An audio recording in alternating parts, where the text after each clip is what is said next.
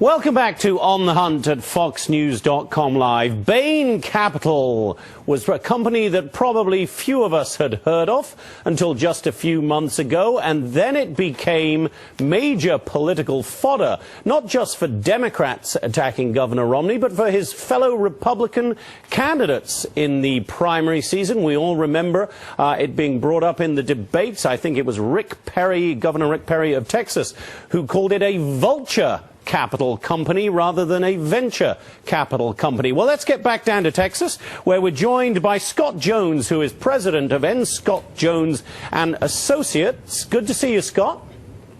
Hello, Jonathan. Good afternoon. Good to be with you. Good to have you here. And the reason you're here is because a lot of people have talked a lot about Bain Capital. You're one of the few people who really know a lot about it because you were there, essentially, for a lot of this this controversial buying, restructuring of companies, whatever you want to call it.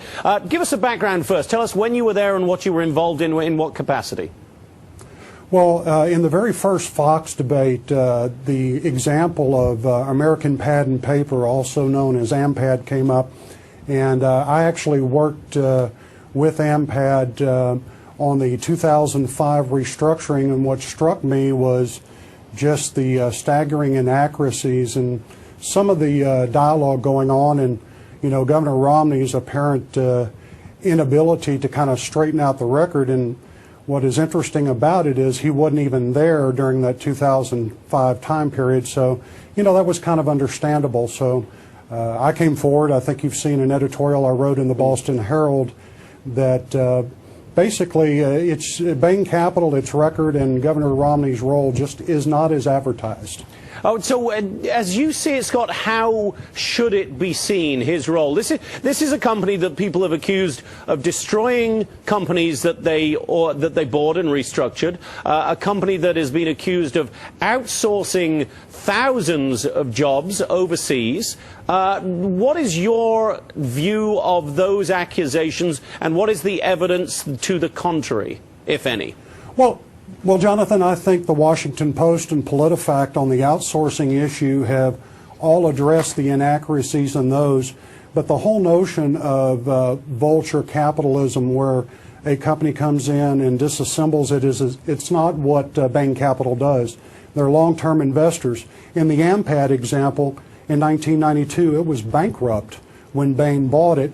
They provided an additional 13 years of employment and jobs to the folks, and when they closed the plant in Holyoke, Massachusetts, they did a lot in helping retrain and offer assistance to employees. So this notion that they are some sort of vulture capitalist, 13-year record of providing employment from when they bought it to when when they closed that one plant is just not being accurately portrayed in the media.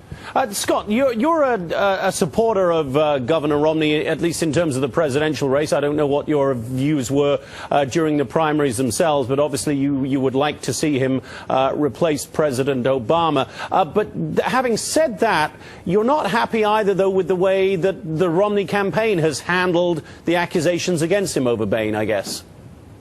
Well, I think, having been through as many campaigns as Governor Romney has, I think they've been a little slow out of the blocks. But, the whole tonality of the overall campaign right now has just turned, so negative. I think a lot of us would like to see Governor Romney be a little bit more proactive to some of these attacks. But, again, I wrote in the Daily Caller that the Obama campaign's playing a grade school game of dodgeball. They're throwing everything they can to see if it'll stick. And, my criticism, if there is any of the Obama camp or of the Romney camp, is a little bit more aggressive in knocking down some of these major issues related to his background. Scott, you're a business owner yourself.